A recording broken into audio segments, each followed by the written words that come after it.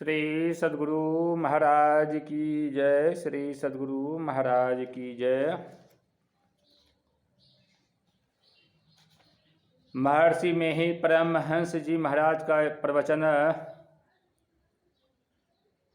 बंदो गुरुपद कंज कृपा सिंधु नर रूप हरि महामोहतम पुंज जासु बचन रवि कर निकर। प्यारे लोगों, शिवालय में जलधरी और लिंग दोनों रहते हैं। लिंग कहते हैं चिन्ह को। यह विशेष प्रकार का चिन्ह है। जलधरी के स्थान पर बिंदु है, लिंग के स्थान पर नाद है। यही शिवालय है जो इस शिव शक्ति का अर्थात ज्योति और नाद का दर्शन नहीं किया, वह प्राप्तव्य वस्तु को प्राप्त नहीं किया। उनको कोई सिद्धि नहीं मिल सकती। अनिमा, गरिमा आदि सिद्धियां असली सिद्धियां नहीं है, ये तो अनहित है। इनसे संतों ने बचने के लिए कहा है। प्राप्तव्य आत्म तत्व ही है। किसी व्यक्ति ने श्री रामकृष्ण परमहंस जी से पूछा, सिद्ध पुरुष कैसे होते हैं? उन्होंने कहा, सिद्ध पुरुष आलू बैगन की तरह मुलायम होते हैं। जब आत्म तत्व प्राप्त हो गया तो सिद्धि मिल गई। बिंदुनाद लिंग रूप शिव का विशेष चिन्ह है। इसके दर्शन से सिद्धि मिलती है। योग सिखोपनिषद में आया है, बिंदुनाद महालिंगम शिव शक्ति निकेतनम देहम शिवालयम प्रोक्तम सिद्धिदम सर्वदेही नाम। श्लोक संख्या 167। यह शरीर शिवालय है। अपनी वृत्ति को उस पर रखना ही जल अर्पण है। दृष्टि स्थिर हो जाए, इसके लिए नाद बिंदु उपनिषद में कहा गया है, दृष्टि ही स्थिरा यस्य बिना सदृश्यम वायु स्थिरो यस्य बिना प्रयत्नम चित्तम स्थिरम यस्य विनावलंबम स्वब्रह्मतारांतर नाद रूप। श्लोक संख्या 55। जिसकी दृष्टि बिना किसी दृश्य आधार के स्थिर हो जाती है, जिसका प्राण वायु बिना किसी प्रयत्न के अचल हो जाता है, जिसका चित्त बिना किसी अवलंब के स्थिर हो जाता है, वह तार ब्रह्म प्रणव ब्रह्म के आंतरिक नाद का स्वरूप ही हो जाता है। नाद बिंदु उपनिषद में आया, मनोमत गजेन्द्रस्य विषयो ध्यानचारिणः नियामनः समर्थोयम निनादो निशितांकुशः। श्लोक संख्या 44। नादो अंतरंग सारंग बंधने बागुरायते अंतरंग समुद्रस्य रोधे बेलायते पीवा। श्लोक संख्या 45। नाद मृग रूपी मन को बांधने के लिए जाल का काम करता है। जिस प्रकार मस्त हाथी को अंकुश से बस किया जाता है, उसी प्रकार नाद के द्वारा मन बस में किया जाता है। संतों के पास ईश्वर तक पहुंचने के लिए उत्कृष्ट साधन सुरस शब्द योग है। नाद रूप मन का मंडल भवों के बीच में है, ऐसा ज्ञानियों ने कहा है। चैतन्यमय चेतन से बना हुआ अर्थात कैवल्य है। जड़ चेतन के संग में जड़ता कुछ न कुछ रह जाती है।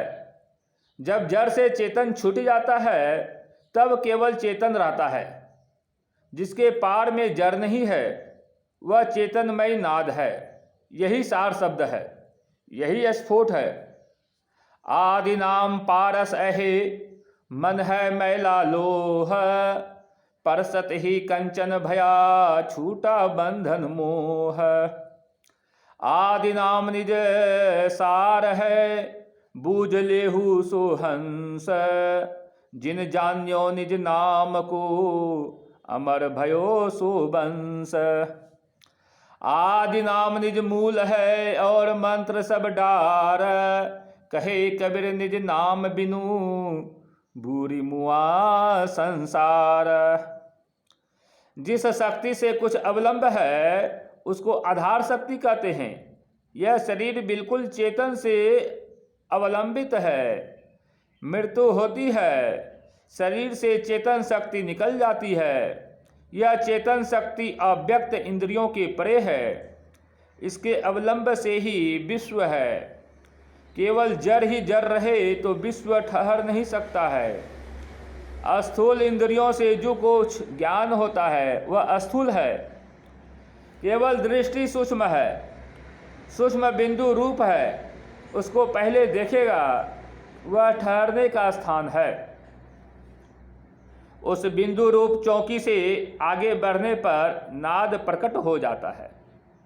दरिया साहब कहते हैं, तिल भर चौकी टन दरवाजा, ताही खोज बैरागी। तिल भर चौकी टन दरवाजा, ताही खोज बैरागी।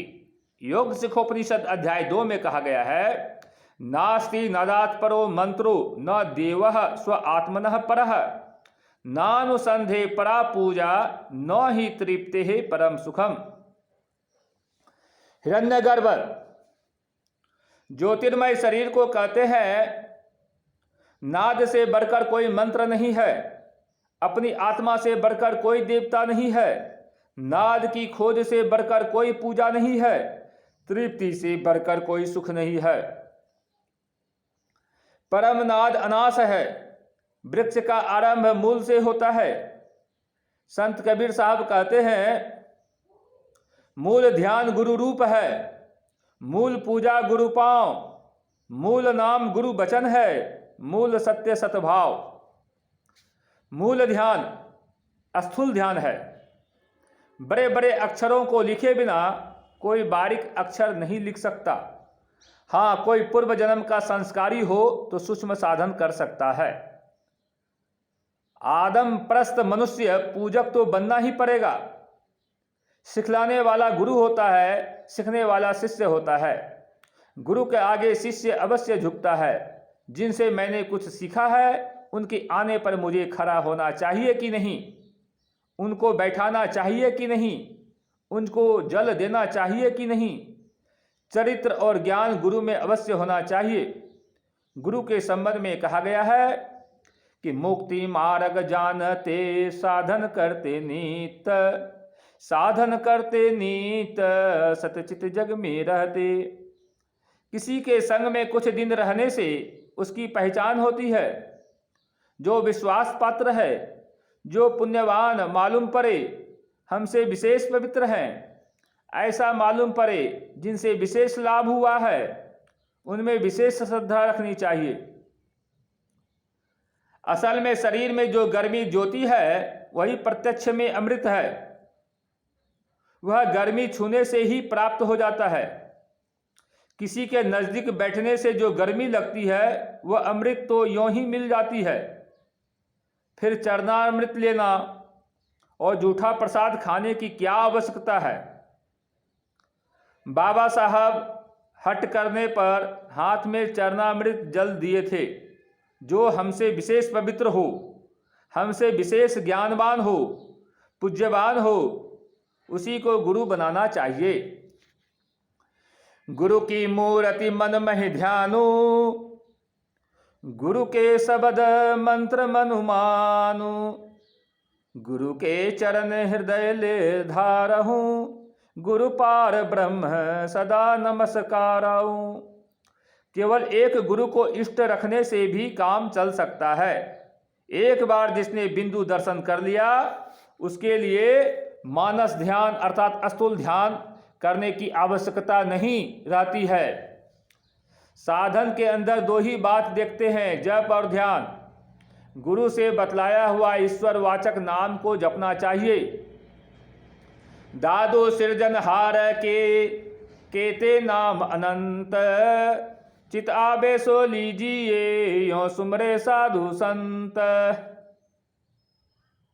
जप के 3 प्रकार हैं, वाचिक जप, उपांशु जप और मानस जप। मानस जप सर्वोत्तम जप है। इसमें मन का सिमटाव ज्यादा होता है। रूप ध्यान से भी मन कुछ सिमटता है। बिंदु ध्यान रूप ध्यान है। जब तक शब्द में अनेकता है तब तक शब्द अभ्यास का अंत नहीं होगा। जब अनेकता मिट जाए तभी शब्द अभ्यास समाप्त होता है। अनेक नाम जब एक समाना, तभी साध परम पद जाना।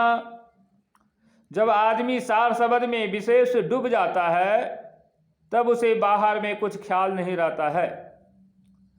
श्रुतात्मक शब्द सूक्ष्म शब्द है। कान को छोड़कर जो सुना जाता है वह श्रुतात्मक है। संत सुंदरदास जी महाराज के वचन में है कि श्रवण बिना धुनि सुने, नयन बिनु रूप निहारे, रसना बिनु उच्चरे, प्रशंसा बहु विस्तारे, नृत्य चरण बिनु करे, हस्त बिनु ताल बजावे, अंग बिना मिली संग, बहुत आनंद बढ़ावे, बिनु शीस नबे जहाँ सेव्य को, सेवक भाव लिए रहे, मिली परमात्म सोयात्मा, पराभक्ति सुंदर कहे। अंग बिना मिली संग से तात्पर्य यह है कि सूरत कैवल्य दशा में रहेगी, बाहर दशा में बरतेगी तो सेवक भाव रहेगा। केवल ध्यान में सेवक सेव्य भाव मिटेगा, तब बाहर में कहने की आवश्यकता नहीं रहती कि मैं ब्रह्म हूं। ध्यान ध्याता और ध्येय, ज्ञान ज्ञाता और ज्ञेय, भक्ति भक्त और भगवान, तीन चीजों को त्रिपुटी कहते हैं। दो चीजों को सापेक्ष कहते हैं। जब कोई ब्रह्म बन जाता है तब त्रिपुटी छूट जाती है। यह पराज्ञान है। जो ज्ञान बुद्धि से परे है उस ज्ञान से उसे पहचानता है।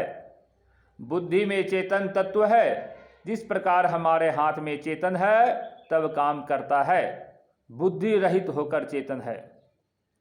गुरु को प्रभु करके जानना, साहब प्रभु अरबी शब्द है।